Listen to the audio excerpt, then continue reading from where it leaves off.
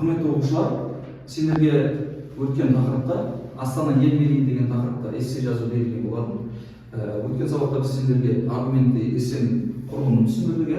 Аргументті эссе бізде эссенің кіріспесі 3 сөйлемнен, онда тапсырманы түсіну бойынша жазады, одан кейін өзінің пікірін жазады, 3 сөйлемде эссенің мақсатын жазады.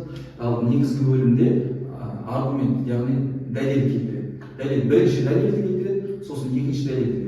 Әр дәлелді келтірген кезде соған сай, әр пікірді келтірген кезде соған сай дәлел, мысал және қорытынды жасайды.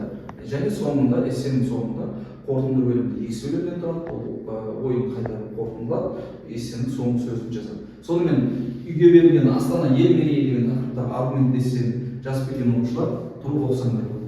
Һәм жазайық. Астана ел мерейі. Астана тәуелсіз Қазақстанның мерейлі қалаларының бірі. Менің ойымша Астана бүкіл елдің мерейін өсіретін қала. Мен бұл эсседе Астана қаласының еліміздің мерейлі қаласы екені жайлы жазамын. Біріншіден, Астана тәуелсіздіктің символы. Ел ордасын Астанаға да батыл көшіруде батыл қадам деген жеге көрсетеді. Мысалы, Астана көптеген халықаралық форумдар мен саммиттер өтіп, Қазақстанның әлем алдындағы беделін өсірді. Сондықтан Астана елдің сыртқы саясаттағы маңызды орталығына айналды. Екіншіден, Астананың дамуы, мысалы, инфрақұрылым, көлік жүйесі және көптеген нысандар дамыды. Сондықтан ел экономикасының тұрақты өсуіне Алматының ықпалы зор. Қорытындылай келе, Астана қаласының болашағын айқындайтын ерекше орталық. Сондықтан Астана қаласын еліміздің мерейлі қалаларының қатарына қоса аламыз. Жақсы. Эссенің эссеге байланысты кері пікір білдіретін, кері байланыс беретін форма, яғни немесе қаншалық дұрыс жазылды, немесе қателестің жері бар деген жазылды. Айта ғой. Негізгі бөлімі дұрыс жазылған, негізгі бөлімінде мысалдар мен дәлелдер шашылғанда келтірілген, қорытынды бөлімде дұрыс жазылған. Бәрекелді, өйткені эсседе тақырыпты түсіру бойынша жазған, өз ойын білдірген және эссенің мақсатын жазған. Тек қана бірінші аргументте ол бастапқы айтқан пікір мен соңғы айтқан қорытындысында айырмашылық бар екен. Сонымен екінші эссе жұмысын Астана ел мерейі. Астана қазақстанның жүрегі, елдің даму мен жаңғырудың символы. Менің ойымша Астана елдің мақтанышы, даму және жаңғыру символы. Бұл эсседе Астананың ел үшін маңызының қаншалықты екенін айтатын боламын.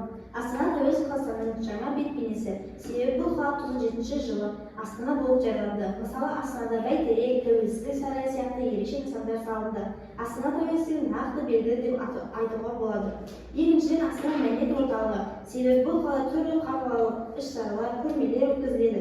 Мысалы, 2017 жылы Астанада Экспо көрмесі өткізді. Сондықтан Астанамыз әлемдік деңгейде қала екендігін дәлелдеуге болады. Қорыта айтқанда, Астана еліміздің мақтанышы және даму белгісі. Сол себепті Астана әрбір қазақстандықтың үшін үміт пен жарқын болашақтың бағдары. Жақсы.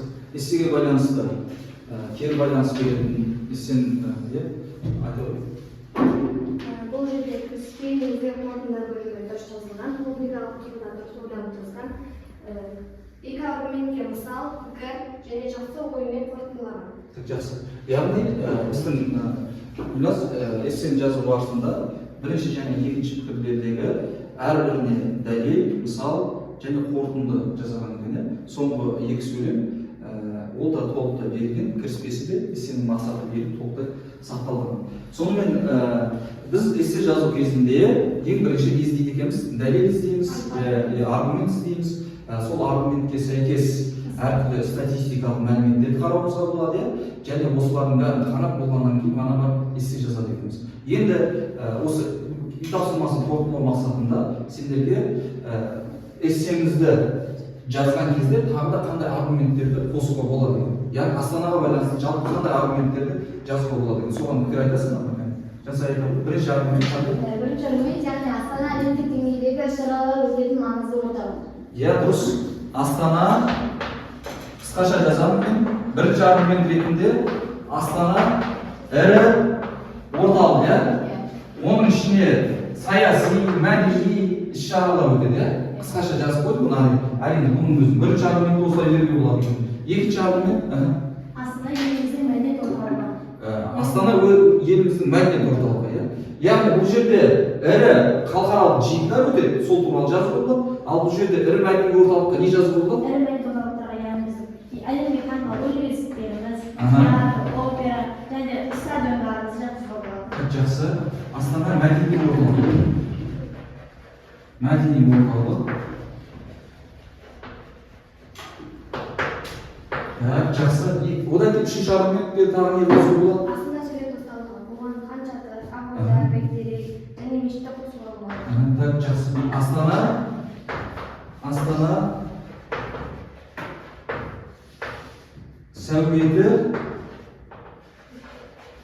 сәулеті ерек қала. Ерек дегеніміз ерекше, ерек қала. Демек оқушылар, міне біз қазір сендермен ақылдаса отырып, үш аргументті қорытындыладық. Үйде іздену барысында осындай аргументтерді көзіміз шалды. Енді осыны ары қарай не қылуға болады? Эссеге айналдыруға болады екен. Жақсы, жарайсыздар. Сонымен ары қарай жаңа тақырыпқа қарай көшеміз.